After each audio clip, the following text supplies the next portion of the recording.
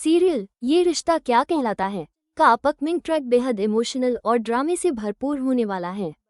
कहानी में एक बड़ा ट्विस्ट तब आता है जब अरमान मायरा की जिद के आगे झुक जाता है और गीतांजलि से शादी के लिए हामी भर देता है। मायरा की जिद के चलते ही अरमान और गीतांजलि की सगाई की रस्में माउंट आबू में चल रही होती हैं। सब कुछ सामान्य चल रहा होता है जब तक कि विद्या को अभीरा से यह पता नहीं चल जाता कि अरमान ने किसी और से शादी करने का फैसला कर लिया है। विद्या को ये सुनकर गुस्सा आ जाता है और वो सीधे माउंट आबू पहुंच जाती है। जैसे ही वो वहां पहुंचती है, अरमान और गीतांजलि की सगाई चल रही होती है। ये नज़ारा देखकर विद्या स्तब्ध रह जाती है, उसके होश उड़ जाते हैं और जैसे ही अरमान गीतांजलि को अंगूठी पहनाने ही वाला होता है, उसकी नज़र अपनी माँ विद्या पर पड़ती है। वो चौंक जाता है, अंगूठी उसके हाथ से छूट जाती है और वह हैरानी से कहता है, माँ आप यहाँ। विद्या क्रोध से भरी होती है, वह तमतमाती हुई अरमान के पास पहुंचती है और उसे जोरदार थप्पड़ मारती है। गुस्से में कहती है, वाह अरमान, मुझे यकीन नहीं हो रहा कि तू इतना बदल चुका है। तुझे एक बार भी अभीरा का ख्याल नहीं आया? वो लड़की जिसने तेरे जाने के बाद सब कुछ सहा, हर दिन तेरा इंतजार किया। मैं भी उसी की तरह तेरा इंतजार करती रही, लेकिन अब समझ आया कि माँ साहब बिल्कुल सही कहती थी। अभीरा को तुझे भूल जाना चाहिए था।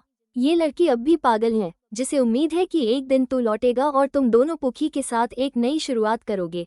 विद्या गुस्से में ये भी कहती है कि पिछले 7 सालों में अभीरा अपनी खोई हुई बेटी पुखी को ढूंढती रही है। उसे अब भी लगता है कि वो सब कुछ वापस पा सकती है।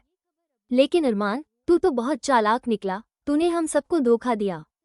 तू इस लायक नहीं है कि तू अभीरा के साथ रह सके। इसके बाद विद्या अपने बैग से डिवोर्स पेपर्स निकालती है, जो अभीरा ने पहले ही साइन कर दिए थे। वो कागज अरमान के हाथ में थमा देती है और कहती है, ये मैं तेरे लिए लाई हूँ, तेरी सगाई के दिन का तोहफा है। जल्दी से साइन कर दे और फिर जो करना है कर। अरमान डिवोर्स पेपर्स देखकर सदमे में आ जाता है।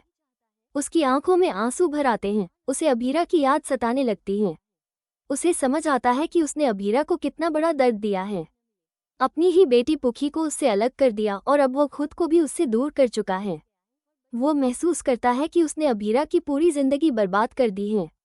अरमान हाथ में डिवोर्स पेपर लिए फूट फूट कर रोने लगता है और उसकी आंखों में पश्चाताप की नमी होती है। एक ऐसा गुनाह जिसे माफ करना अब शायद मुमकिन नहीं।